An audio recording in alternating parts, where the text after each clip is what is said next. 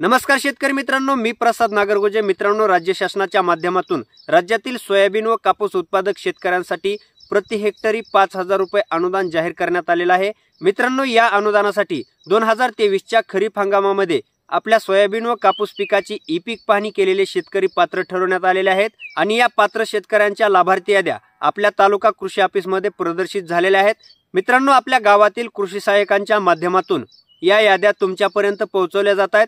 या यादीमध्ये जर तुमचं नाव असेल तर तुम्हाला एक ऑफलाइन फॉर्म भरून द्यायचा आहे। आधार प्रमाणीकरणाचा तो फॉर्म असेल, तो फॉर्म तुम्हाला भरून द्यायचा आहे। तुमच्या खात्यावरती सोयाबीन व कापूस अनुदानाचे पैसे त्यानंतरच वितरित केले जातील। पण मित्रांनो, या लाभार्थी याद्यांमध्ये राज्यातील ई-पीक पाहणी केलेल्या सुद्धा बऱ्याच शेतकऱ्यांची नावे आलेली नाहीत। ज्या शेतकऱ्यांची नावे या यादीमध्ये आलेले नाहीत त्या शेतकऱ्यांसमोर मोठी अडचण उभी राहिलेली आहे। तर मित्रांनो, ई-पीक पाहणी करून सुद्धा तुमचं देखील नाव या लिस्टमध्ये आलेलं नसेल तर तुम्ही नेमकं काय करायचं याच्या संदर्भातली माहिती मी या व्हिडिओच्या माध्यमातून तुम्हाला देणार आहे।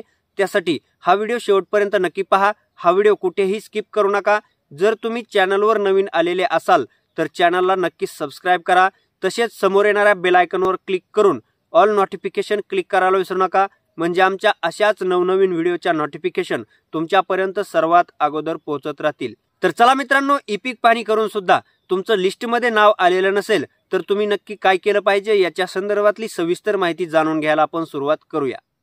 तर मित्रांनो, तुम्ही जर 2023च्या खरीप हंगामामध्ये ई-पीक पाहणी केलेली असेल तर तुम्हाला काय करायचं आहे, तुमच्या ई-पीक पाहणीची नोंद असलेली डिजिटल साइन 7/12 तुम्हाला डाउनलोड करायची आहे। मित्रांनो, डिजिटल साइन 7/12 ई-पीक पाहणीच्या नोंदीसह डाउनलोड करण्याची प्रक्रिया सुद्धा मी एका व्हिडिओच्या माध्यमातून तुम्हाला सांगितलेली आहे। अशा पद्धतीचा तो व्हिडिओ आहे।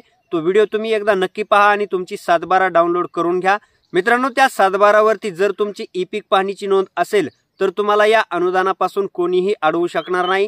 तुमची ई-पीक पाहणीची नोंद असलेली 7/12 तुम्हाला कृषी ऑफिस मध्ये घेऊन जायचं आहे आणि त्या ठिकाणी तुम्हाला एक अर्ज लिहायचा आहे।